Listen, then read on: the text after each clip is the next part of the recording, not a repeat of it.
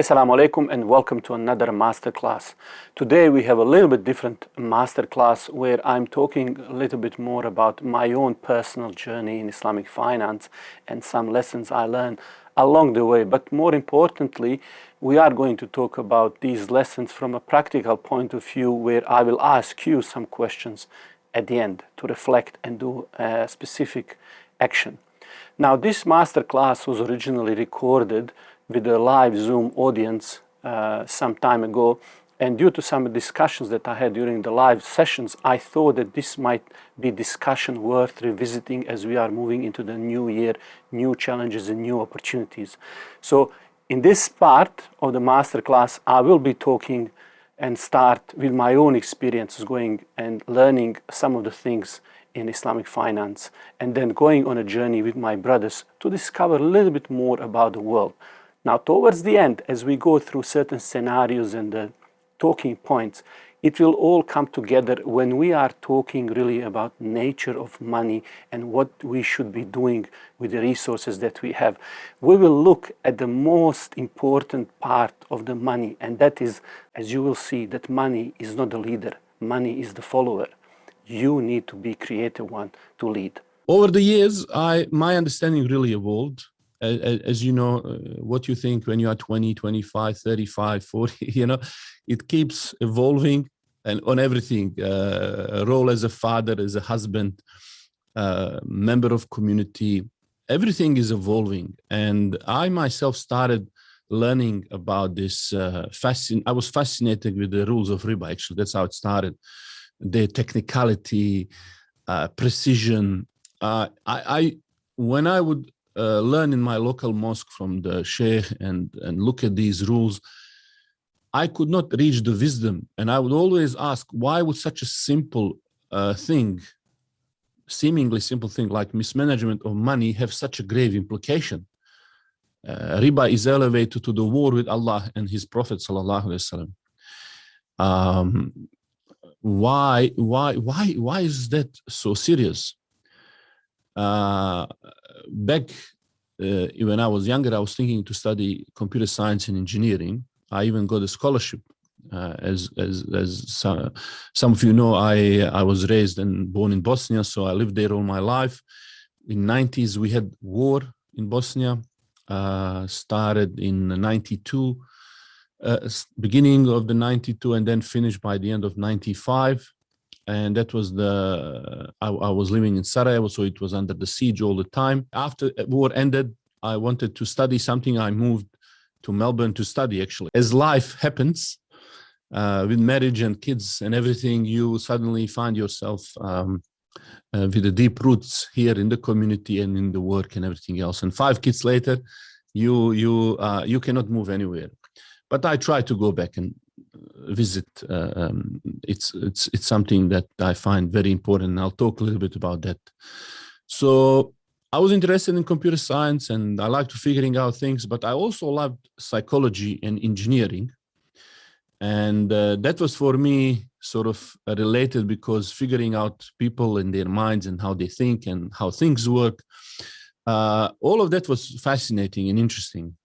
And over time, my focus more and more started moving towards leadership and management, and I ended up studying management side of things. In my local community, I was interested in community work, charities. I was interested in any kind of justice in society, how things work in society, and how people make things work. Finance and economy was never in my mind.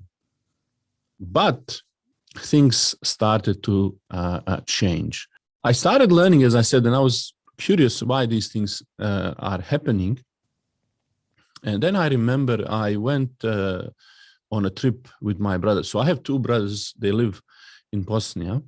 So I don't know about you, but I was born in Bosnia and I love going there. So I use every possible opportunity to connect myself. Even started the Facebook page in Bosnian and courses and everything, just so that I don't lose my connection. And so I love people there. I love the whole place. I have family and friends, and I miss them. And so whenever I go to Bosnia, I try to spend as much time, especially with my brothers. So on one of those trips, a long time ago, we decided, me and my two brothers, we decided to catch up by traveling around Bosnia. So we said, okay, let's, instead of just like going and doing usual things, let's travel around in the car. So we went through whole Bosnia, then through Croatia, Adriatic. I don't know if you have been in that region, but there's beautiful Adriatic Sea coastline.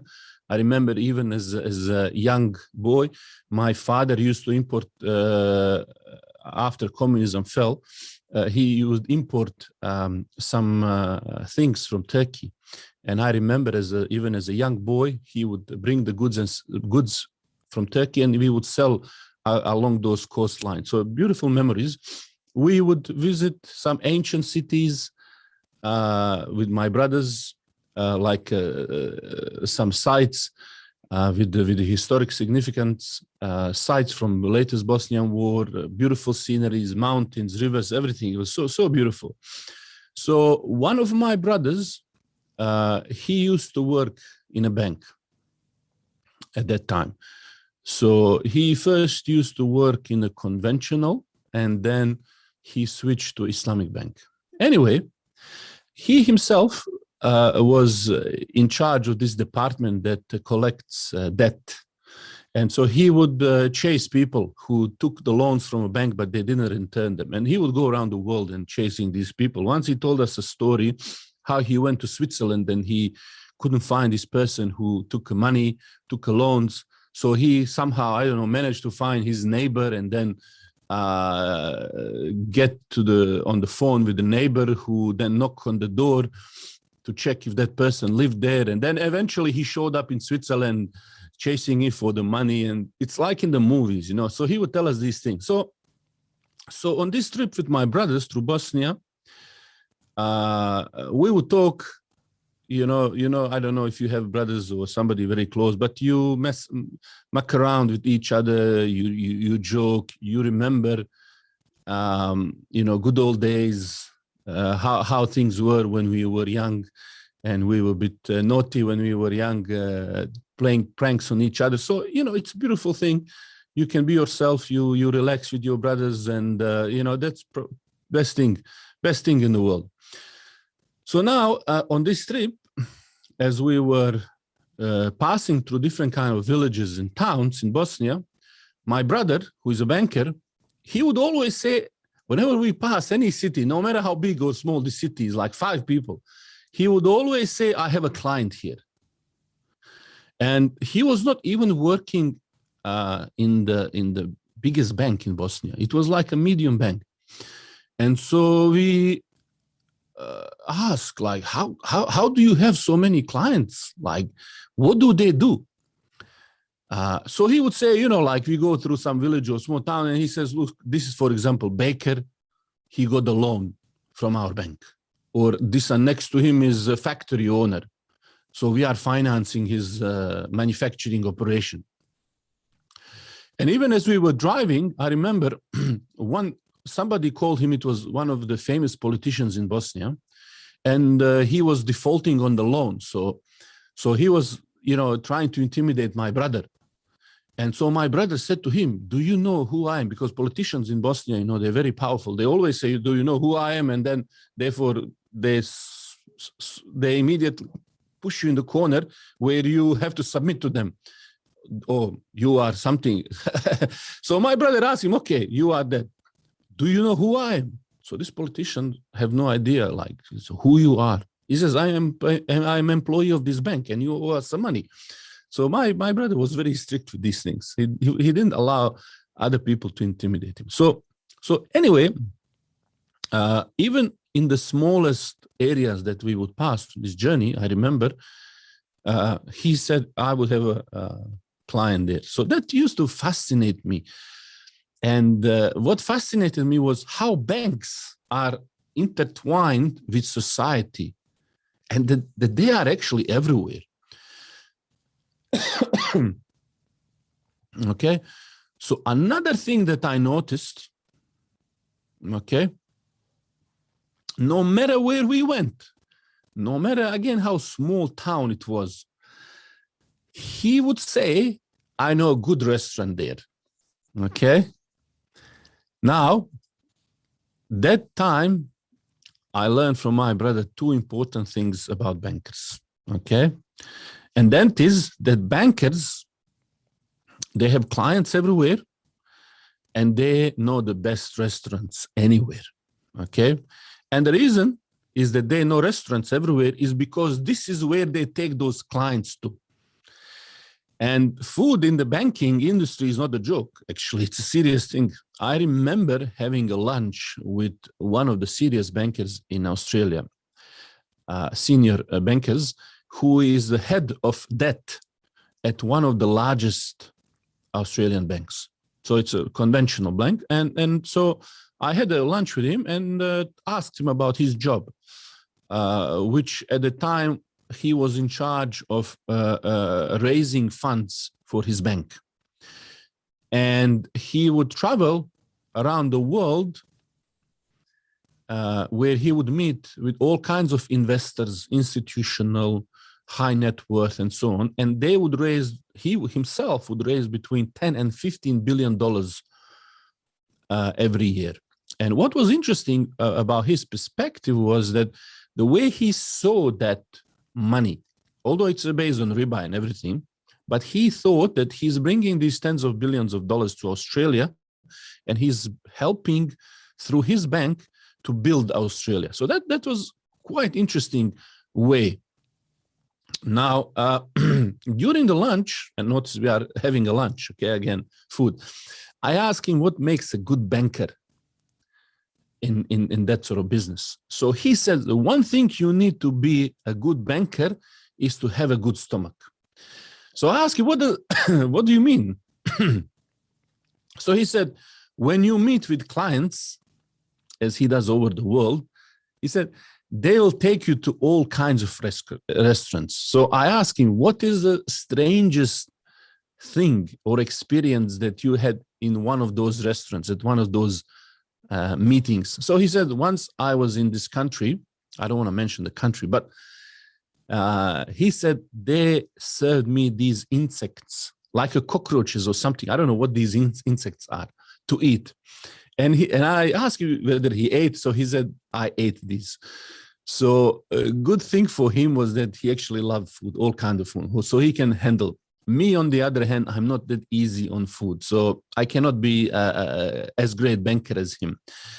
So what I think he was saying is that banking is a relationship type of a business. And when you look at the banks, from the time you open your business, the way you finance your business, pay for things, products and services, bank is always there. So the bank is everywhere in society from the beginning to the end. It's facilitating these transactions.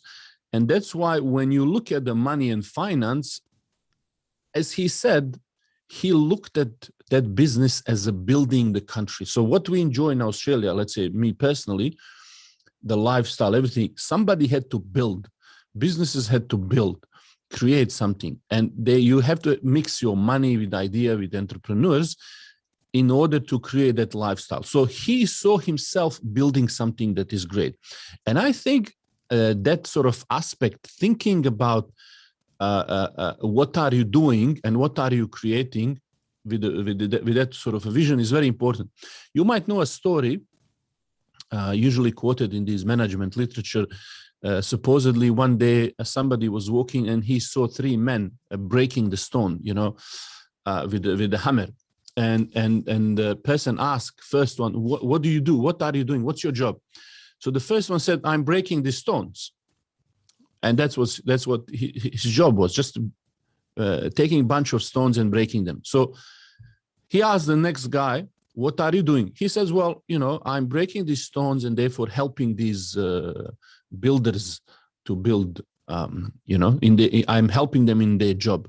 So notice all three of them are doing the same thing.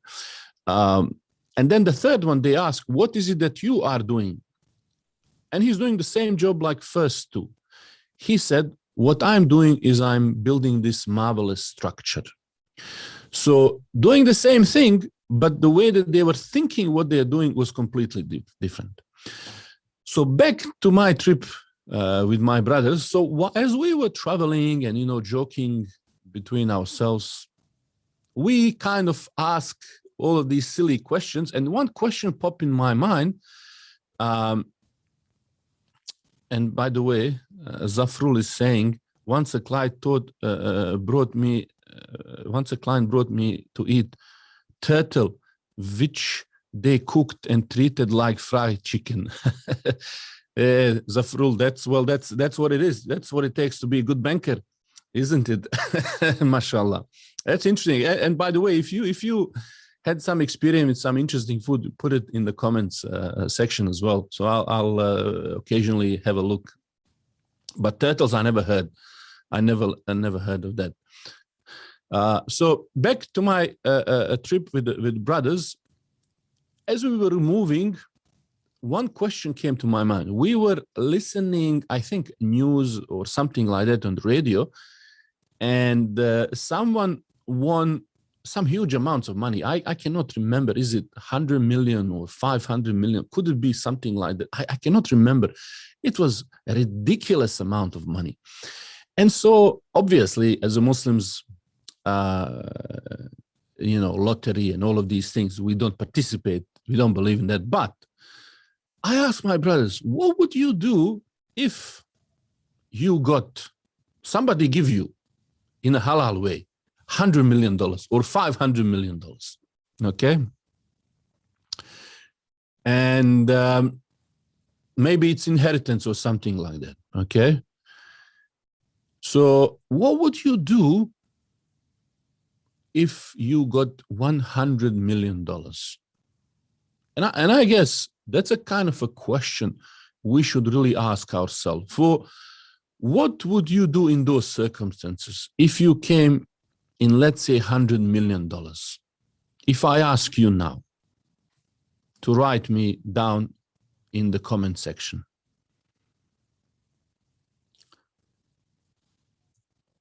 Think about it. What you yourself would do if you got $100 million now. If I gave you $100 million, no strings attached, do whatever you like. It's halal, it's permissible for you. So if I ask you here in this question, write me in the comment section. Let me see what your thoughts are. Afrul is saying I would build 10 more new startups, each $10 million. Rami would definitely buy some stuff, establish a waqf, invest the rest. Rawa invest. Abu Bakr probably invest majority of it. Muna, I'll invest some, save some, and give some away in charity. Noor, invest in charity waqf. Armina, start Islamic Bank. Okay.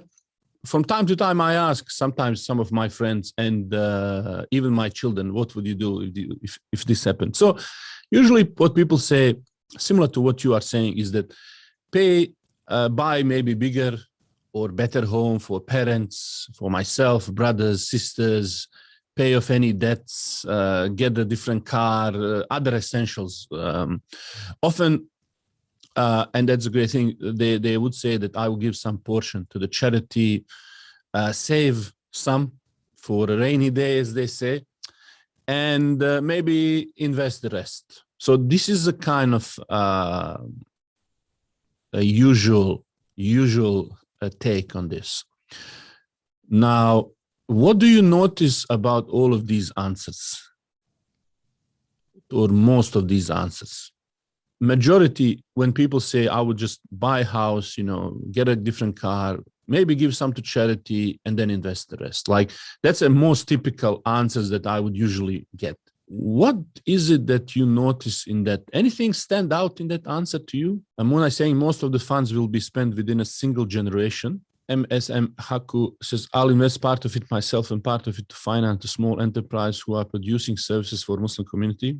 Zafrul is saying, not really growing ummah. Okay. All right. Okay. Zafrul got very interesting perspective. Okay. And 2 points, Zafrul. mention is that want to protect their position. Okay, not really growing the ummah. That's actually a good point. I like that framing. The way I thought about it was there most of the time when people say, okay, I'll get this, I'll buy this and that, then I'll give some and then I'll invest some. Okay, most of it is passive, isn't it? Doesn't that look like a passive? In a sense, it's like asking money to do some kind of a lifting to improve our life by spending it. And so most of these solutions, what we would do with money is very transactional. Buy what I need, give the rest to others who might need it, and then let someone else take care of the rest and grow it by investing with them. And so we can then, why we do that is, especially the last piece, give it to somebody so that we can repeat the cycle in the future. Buy even bigger car, even bigger, home, even bigger something, have even more money to invest in. And so all this is good and important. It's good to show us blessings that we have. It's nothing wrong with having more blessing and showing the blessings. Instead, in fact, in one of the narrations that we find in Sunnah and Nasai, you find that the Prophet ﷺ saw a person wearing very shabby clothes and said to him, "Do you have any wealth?" And he said, "Yes, I have, O Prophet of Allah, I have all kinds of wealth." So the Prophet ﷺ said, "What kind of wealth you have?" He said, "Yeah, I have camels, cattle, sheep, horses, and so on." And then the Prophet ﷺ said, "If Allah has given you wealth, then let the effects of Allah's blessing and generosity be seen on you." So if you have wealth, if you are a millionaire, you should drive, for example, car like a millionaire. You shouldn't buy some $2,000 car. You should have a proper car for the status, and so on. So obviously not reaching into extravagance. Similar with the other things. You shouldn't try to sort of play a poor guy, all patchy clothes, if it is not at that level. Obviously, everything within a limit without extravagance and wastefulness. And investing, in reality, it's putting money into circulation, one of the core economic principles of Islamic finance. In fact, money should circulate. That Quran says, so it's not only trapped between the rich. So the money, by moving around in society and not being just trapped with the rich, is doing something great in society. So what is missing something? Let me tell you this first. Through our education and career paths, often we are told what to think. And not so often we are told how to think. Okay, so I'll give you an example in a school. I work closely in career development with some of the Islamic schools, and I observe what's happening, not just in Australia, but back home, many Muslim countries. And this is generalizing, not always same, but I'll tell you, in maybe 80-90%, this generalization will hold. And that is, when you look at education, how we teach kids. We tell them what's right and wrong answer. Teachers know the best, and there is always correct answer, yes or no, to memorize for every question. Okay? So education and testing is done by recalling information, memorizing from the choices you are given. At work, challenging opinions or failing in something is not a good thing. You shouldn't challenge. You shouldn't think outside of the box, as they say. You should, as a good, loyal person, just follow what you are given. So that sort of uncritical thinking is opposite of independent and strategic thinking. So what it builds, it builds the way of thinking which only look down. So you only look at what is in front of you, what is presented to you, and you are never really future focused. You are never looking up, and you are never formulating different kind of perspective. And so when we are talking about how to think independently, critically, strategically, it's much easier in a lot of educational settings, or work settings, to give correct answer, quote unquote. Somebody will give us, somebody knows the correct answers. But life, you don't get the correct answers. It's untested. New things come. So charting new path ahead, it doesn't come with the manual.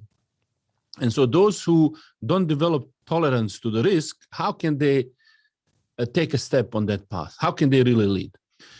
And so often leadership lessons are highlighted by some kind of examples from a journey. So take this hadith narration from Prophet ﷺ as an example. When three persons set out on a journey, they should appoint one of them as their leader. After all, someone needs to make decisions. Where do we go? How do we go? Which way to, make a turn? What to avoid? So many decisions you need to make when you are on the journey. And so the scholars are saying from this is that if this is the case in terms of appointing leader with temporary matters like a journey, what about more permanent things in life? So the leadership case for leadership then in other things in life is even bigger priority. Okay. So what are some of these things? Well, these are all things that society needs. For instance, establishing any kind of institution, whether it's education, healthcare, judiciary, financial system, defense, security. If we need to have a leadership around taking a trip, which is maybe a couple of days from here to somewhere, if that requires the leadership, what about permanent things in society? And some of the scholars used to say that Islam wants to establish social order because everybody in the society is dependent on each other. So you want to have a social order that will serve your lifestyle. Okay. So now when we look at this leadership, we see it's connected to journey and the path on that journey. All right. So it connects kind of leader and the journey. So leadership is then about steering and directing something. It's about that movement, solving big and complex problems, going towards and building something that is more than yourself. Now, here's the thing. One who is not taking a path, active role, he or she is not engaged in leadership. So back to the question. What do we do with $100 million? So keep all of this in mind, what we are saying. What do we do with $100 million? In essence, let me put a question in another way. What would you do with your life or your career if money was not a problem? If the question of money was off the table?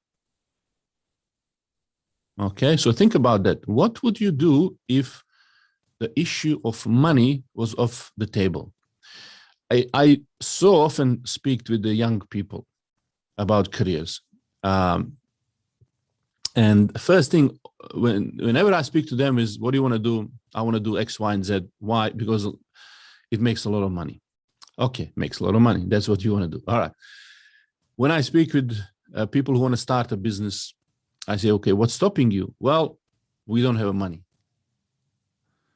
If only we had this money, whatever, we would start these businesses.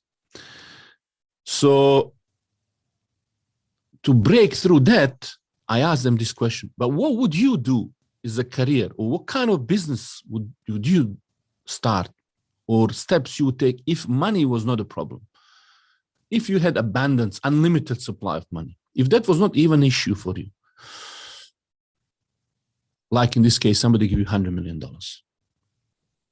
Zafrul is saying, I would build something that combines my passion and something beneficial to the ummah, collecting my akhirah points. MashaAllah, beautiful. Muna, practicing our passion in line with the purpose for which I was created, to contribute for self and others and connected to Almighty. MashaAllah. Think about this question yourself. Think about, because again, it's not here, this class, master class is, I want to really be like, as I as I'm on the journey now, and again, I'm still on the journey. I'm still thinking through these issues and how it all relates back to our deen and so on. I want you also to have active role. Remember, if you are not having an active role, even in this class, and not thinking about it, maybe not writing a notes, doing something, you are not really actively pursuing that leadership right this moment. Okay, so leadership is about that movement.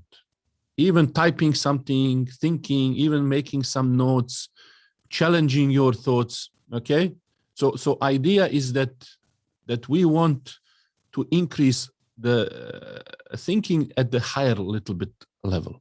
Okay, now let me ask this question in yet another way. All right,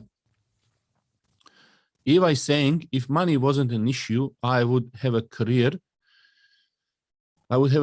change to focus on a community work, focus on youth full-time, organizing tarbiyah education plus study the deen. Okay, all right, now that's an interesting point again. That's a very interesting point. And that leads me to our next question, okay? And it's a really same question, but asked in another different way. If you were setting goals for your life and business, what goals would you set if I could guarantee you that you will reach those goals 100%? Now, obviously, nobody can do that. Nobody can guarantee that you will reach your goals 100%. But don't focus on this logic of this question. Focus on what the question is saying. What would you do if you knew that whatever you do, you will achieve it 100%? What would you do? I'm trying to break our passive state and the resistance that is programmed often in our nerve system, your brain, your nerve system. And the reason why I'm saying that is I was talking with a young man. He's studying medical science, and he was telling me the other day something fascinating about the brain, that I didn't know. And he told me that if you touch something hot with your fingers, with your hand, your body will immediately notice it's hot and you'll move the hands. And he was saying that this information does not go to the brain, it goes to your back, your spine. And so your spine somehow makes your hand withdraw from the hot, from the danger. And it's like kind of instinctive reaction when you go back, which is kind of programmed in your spine. And then I thought a spine is connected, with your brain, and it's also a nerve. It's within your nerve. It's almost like extension of the brain that goes through a backbone and then nerves connected. And often, the way we think, some of these, if you read about these coaches, neuro-linguistic programming, who talk about the way we program our mind, the way we think about things. We have some of these instinctual almost reactions that we pre-program. And sometimes to break a habit or something, it's important to reverse that, reprogram that mind. And so what often when we are presented with a different kind of a question, what we want to know is what to think. All right, we go back to that default that we were educated, that we were incentivized through career or work. We want to know that somebody tells us, okay, you tell us what to think. All right, instead of and also what is the answer that is correct. So as you are listening, you might be tempted to think that I know the right answer. I don't know the right answer for you. Okay, so and I shouldn't be telling you what to think.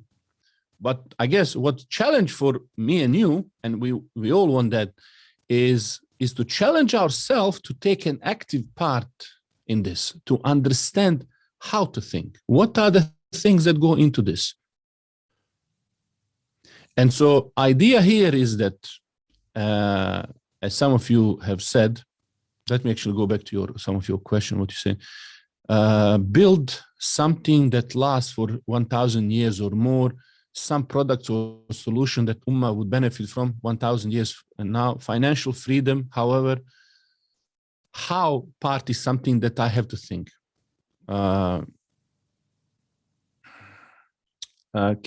Can I repeat my question? So again, question is really, what would you do with if you had this much money, or what kind of goals would you set if you knew that money was not a problem, or if you knew that you would 100% succeed? Okay. So Muna is saying goal, become an expert in Islamic finance and advice in order to teach a young and elder Muslim on how to succeed financially. Their success with finances will then allow them to focus more on their ambitions. They might have Islamic family business.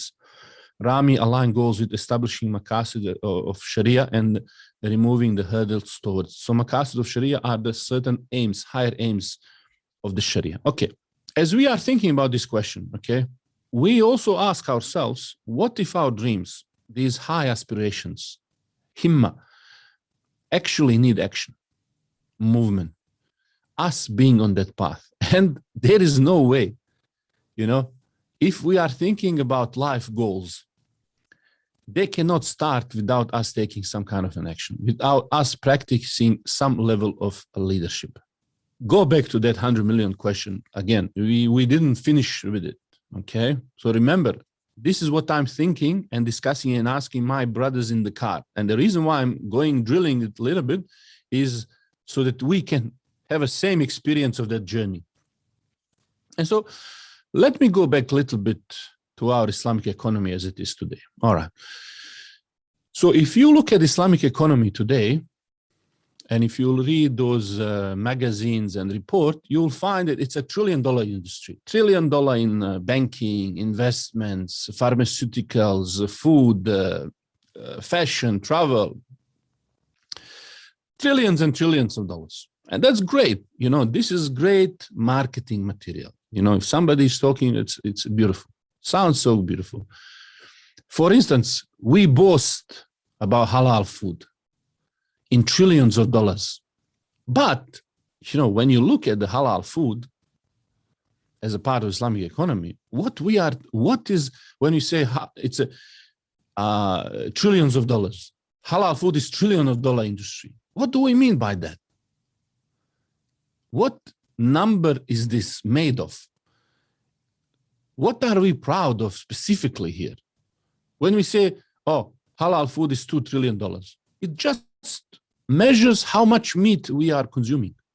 That's what it means. Nothing. What's there to be proud of? The question really that we should be asking is how much of it we are actually producing. Would it surprise you to learn that top 5 producing countries in the world of halal food are actually non-Muslim countries? Top being Brazil, and next one is Australia. Now, I don't think anybody has a problem with who we as a Muslims, we welcome anybody to be part of halal economy. Beautiful. Better to be halal economy than something else. Yes? Oh, it's a beautiful thing. But how can we have a situation where people who believe in halal reduce their participation in Islamic economy to just consumerism? So those people who believe in the halal and Islamic economy, they're just consumers in that economy. It doesn't make sense. Doesn't make sense. And those people who don't believe in that lifestyle, they are supplying goods and services that support that particular lifestyle. That doesn't make sense. So if we truly believe in our lifestyle, Islam as a way of life and deen, shouldn't we be leaders in supplying goods and services in that economy? Like, for example, in Australia, as I said before, Australia, beautiful, beautiful halal export. When I travel around Australia, just here in Melbourne, there's Ararat, and then you have many, many these towns. The towns produce hundreds of millions. They sell halal meat, halal food. In fact, Australia, I don't know if you know that, it's a small country, but there is currently 300 to 400 Australian businesses that are exporting all kinds of halal products in the Middle East through Dubai and few other these spots selling. One of our famous manufacturers from cheese from Australia, Bega Cheese, few years ago, there was a boycott halal campaign by some of these groups, and they were targeting every group that had halal certification. So they went to Bega CEO and they write letter to withdraw from certifying their cheese and dairy product with halal. So I remember that time CEO answered them that there is no way we're going to remove this certification, because this allows us to export to over 40 countries, which creates jobs for Australian farmers. Okay. So I felt that is quite good. That's beautiful. That's what you want to see. But you know, top 5 countries again. Top 5 countries. Where are the Muslim producers? Where are we in all of these things? Okay. So I think us, when we are talking about what would we do with $100 million personally? One of the little issues with this is that how often does that involve thinking about specific problems we want to tackle in economy, specific type of benefit we wanted to create? Think of it. We cannot outsource strategic things that we consume, that we need as Muslims to support our lives. We cannot outsource. There's a big difference when you do something, when you outsource something. Even look at the charity, for example. When we say, I want to give it to the charity, even that aspect, forget investing. When we say, I want to give it to the charity, often people say, oh, if I had millions, I'll give it to the charity. All right, how would you give it to the charity? How would you actually do it? You would go take your bank card and punch in the website and boop, there is a click of a button, you give it. You did. I mean, are you really going to feel the same thing when you delegate that duty to give charity? When you click and donate, are you going to have a same impact on your heart and on you than when you do it personally, give it in the hand? It's a big difference. Once the Prophet ﷺ said that if you feel that your heart is hard, take, what do you call it? How do you call it? Go and see orphan and be kind to them, kind of thing. I forgot how exactly to translate it, but like, go to someone, take their hand, give it, personally involve yourself. If you personally go and deliver the food, I know here in local community, we had some sisters, my wife was telling me, they have a program where in their WhatsApp group, they share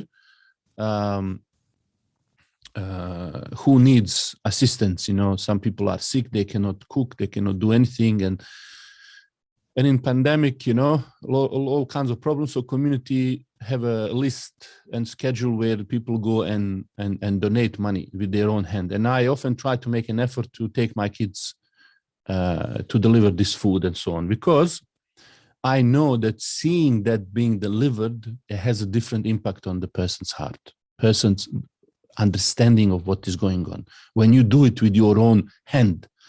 And that's why the Prophet ﷺ was asked, what's the best way to make a gain? What's the best way to earn a living? And he ﷺ said, something you do with your own hands and every legitimate sale. Okay. And something you do with your hands is something that you yourself make, whether it's agriculture, manufacturing, something you are producing. That's why upper hand, the Prophet ﷺ said, upper hand is the better one. What is the upper hand? Somebody who holds and gives. And the lower hand is somebody who waits. So you don't want to be lower hand. So even in our Islamic economy, unfortunately, we need to ask ourselves, are we the upper hand in that economy? Or are we waiting and the lower hand? All right. So partnering with everybody is great, but strategically, we need to be thinking, who is producing what we are what we are consuming? And this is not just for Islamic economy, any country that is strategically thinking. Look at this coronavirus. I remember when it started and people were switching to Zoom, and all of my kids, they started with the Zoom classes. Immediately, everybody of them told me, I want new laptop, iPad, all of these things. And I found myself buying 5 of each of these gadgets and devices. And then when I looked at where are we getting these things when they were shipping them, and I ordered from these websites, Amazon or online and so on, most of it was coming from China. And the real lessons from Corona that most of the countries are asking themselves, how long are these supply lines? What are we producing locally versus what somebody else is producing? So all of the money and everything is going to somebody else. And even in Australia, so technology, even medicine, active ingredients in medicine, all come from China, for example. Masks, and how we can't produce the masks. Actually, one of my students, he started as a young man, 20-something, after finishing the school, he started a business of making locally masks. And I saw him within a year or two. He posted on his Facebook, he says, I reached my goal. And that is to pay $100,000 off the mortgage for my parents. And he did it. So he just started the business. He was a young man. I know him when he was in high school. I used to advise him in terms of the career and everything and follow his progress. He was very entrepreneurial. He started a business, started employing 4 or 5 people. Now he's moving to another shop. And suddenly, within a couple of years, he saved $100,000 to pay off his parents' house. I realized the importance of this economic impact that we are making. When I was on another trip in Indonesia, I visited there and I was teaching at some universities, students, giving some classes and so on. And at that time, some years ago, I remember Indonesia had about 7 or 8 universities which were teaching Islamic finance, accounting, business, these kind of related subjects. And they also had departments at those universities that were consulting banks and insurance organizations how to transfer from conventional to Islamic mode of financing. By my estimation, around those time, those universities, they had about 15,000 students who were studying Islamic business, okay, and things that are related to that. So I asked these students, what are you planning to do in the future? What sort of career do you see yourself? I couldn't see how they all will be bankers and so on. And this is another thing that my idea of what is Islamic finance started slowly to change from fascination with rules and what is riba and what we can do with money and stuff like that, to the rest of economy, that we are building that support our lifestyle.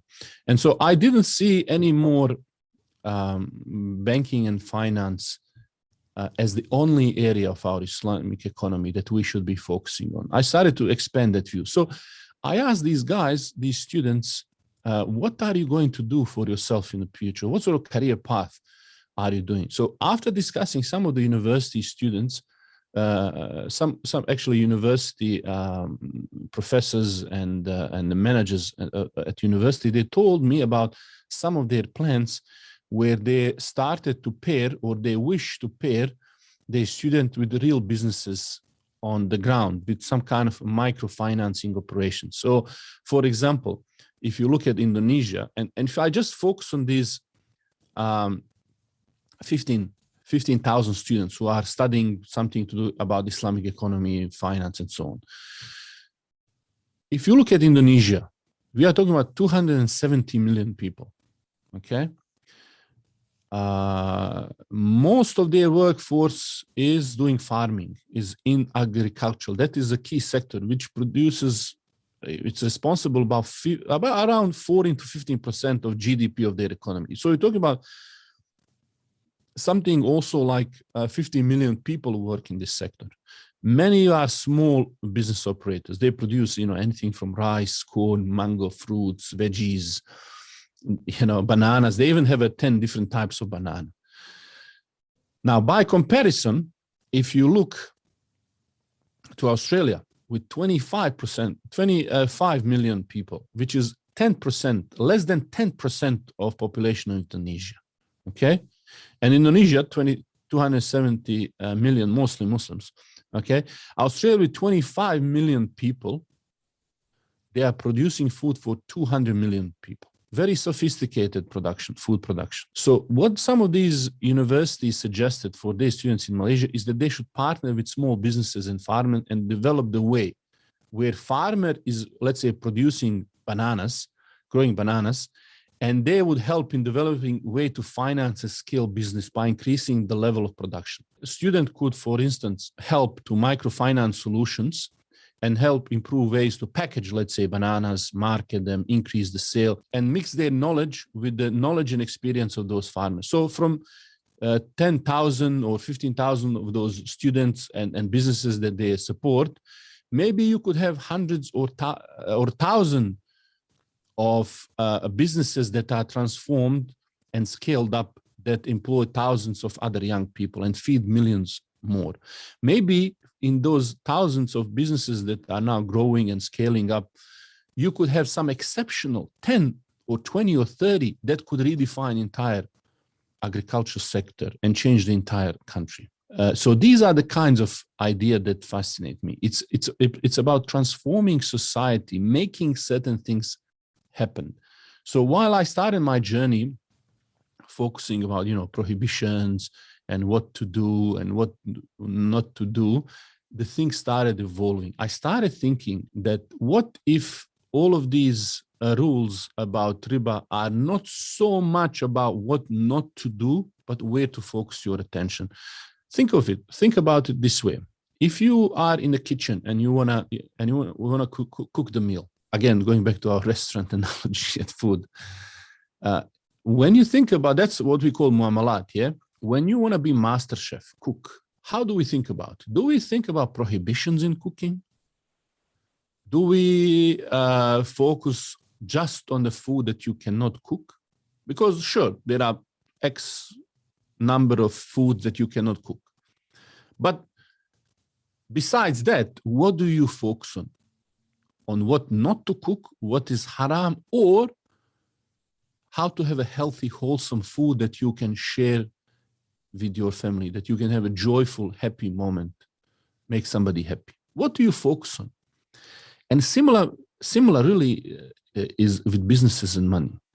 So the prohibition of riba, I started to understand it as sure, there are all of these prohibitions and things like that we should be focused on. But what if they are actually defining the zone, the area where the game should be, rather than just saying, okay, these are not possible, this is haram, this is haram. Okay, what about say, okay, forget these things, we put them, they are not permissible, they are out of the game. But what if this all is telling us what should be the target?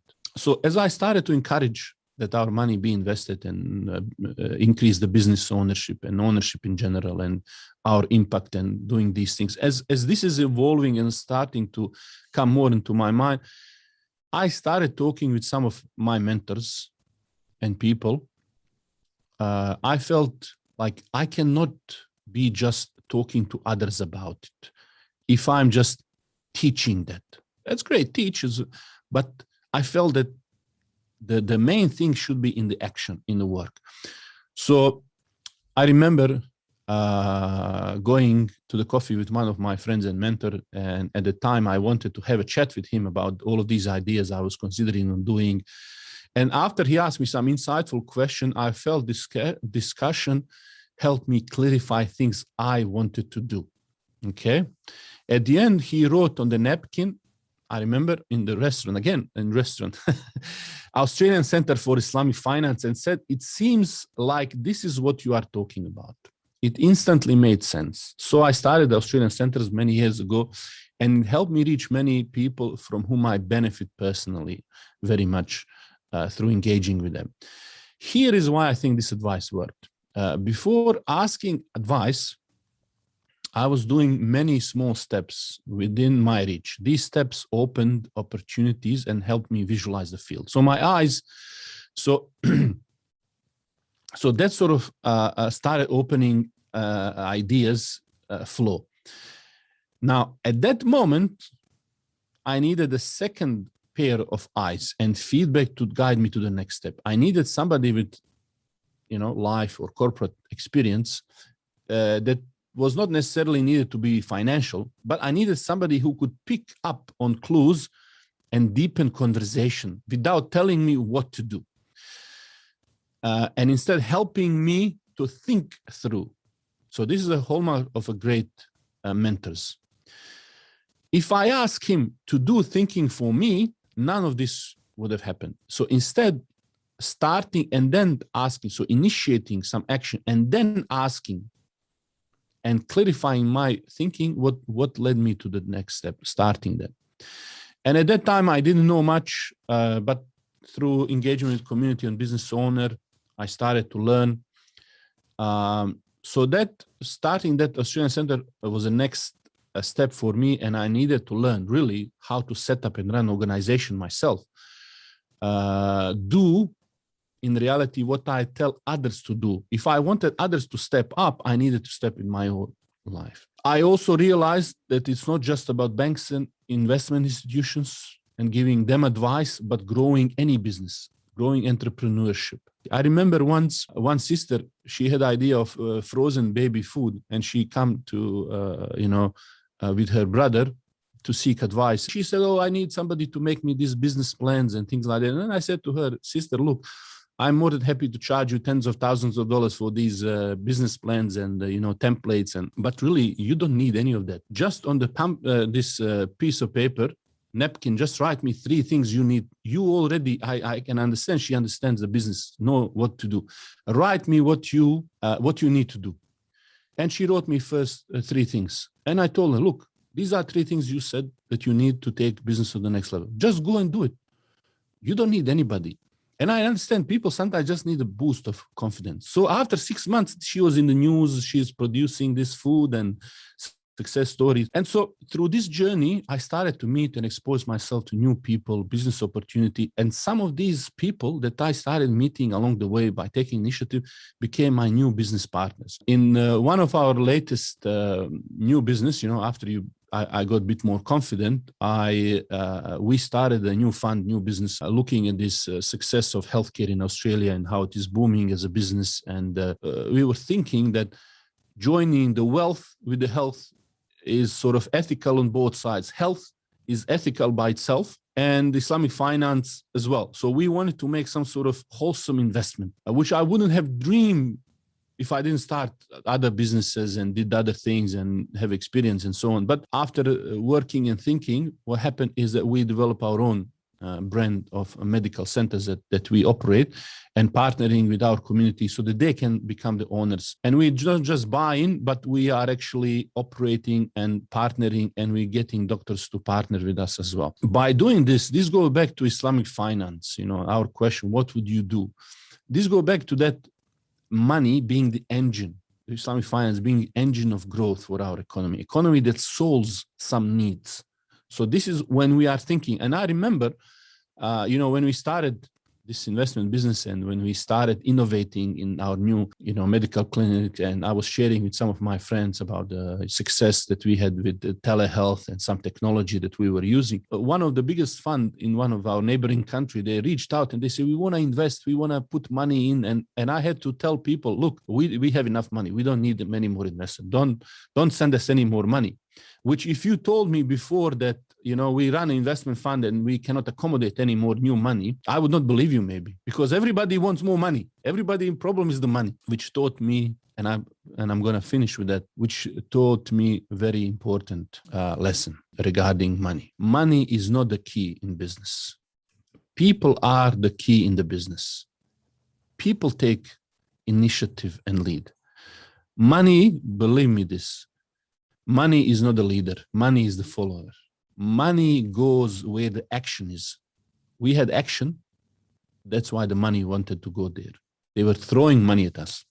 So money go where the leadership is, where production is. So it is following.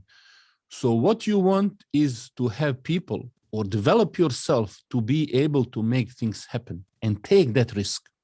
So I realized this is what Islamic finance and Islamic economy is about. It's about these people who see opportunity. And I talked about this in this economic model Shepherd that we will talk specifically, third part of that model, which comes under leading the strong and wealth creation. You see, the Prophet ﷺ said, you all are shepherds. Shepherds see, they have a height over the flock. Shepherds see terrain from height, and they see what's happening around them. They can then map the area, just like GPS. They can see where the green areas is, where the opportunities, and where and how to take everyone towards those greener areas. Some people call it vision. It's actually perspective. And together with imagination, shepherds imagine new opportunities. So while money is necessary, money is just a judge, as Imam Ghazali said, money is just a judge of other commodity. So when we talk about money as a medium of exchange, which is one of its function, we're talking about money as a medium of exchange of value. Someone needs to create value, and money as a medium of exchange and value follow those who create value. Because it helps you exchange things of value, it's not a leader, it's a follower who will then follow those who create that value. Well, this is the end of this masterclass and this discussion. Now, what I want you to focus on, the core question we asked about the role of you and the money. Now, think about the question, what would you do with $100 million if you had? The idea is not really about amount of money, it's about the way you are thinking about it. Most of the people, when given money or opportunity to do something with the money, choose to do very passive thing with the money. Passively invest it, passively give it, consume it. So whether it's a business or charity or consumption, it's all about passively doing it. Now, what I'm suggesting is that perhaps it's time we take more active role, how we make money, how we spend money, being upper hand, being somebody who is producing, is actively involved, not just passively invest money, but thinking about higher level of, can I learn something, can I be involved, can I grow from this experience? Even when I'm giving, can I be involved in giving? And this all builds us, prepares us, changes the world in a better way. That is why we keep saying that wealth and resources in the hands of righteous people, they are blessing. How? By having the different impact. So really, it's about being more active and thinking about the money. What can we do to impact, to create the lifestyle and be the blessing for everybody else around us? And for the end, just before you go, I would propose this task. Think about what would you do. Maybe write a small paragraph. Maybe keep it for yourself or share it in our forum, in the reflection section, where other people can read and comment. And I would like to see engagement. Who can come with a good idea? And maybe in the next session, we might share that with the rest and maybe have a little bit of a discussion about it. Thank you very much. Assalamu alaikum.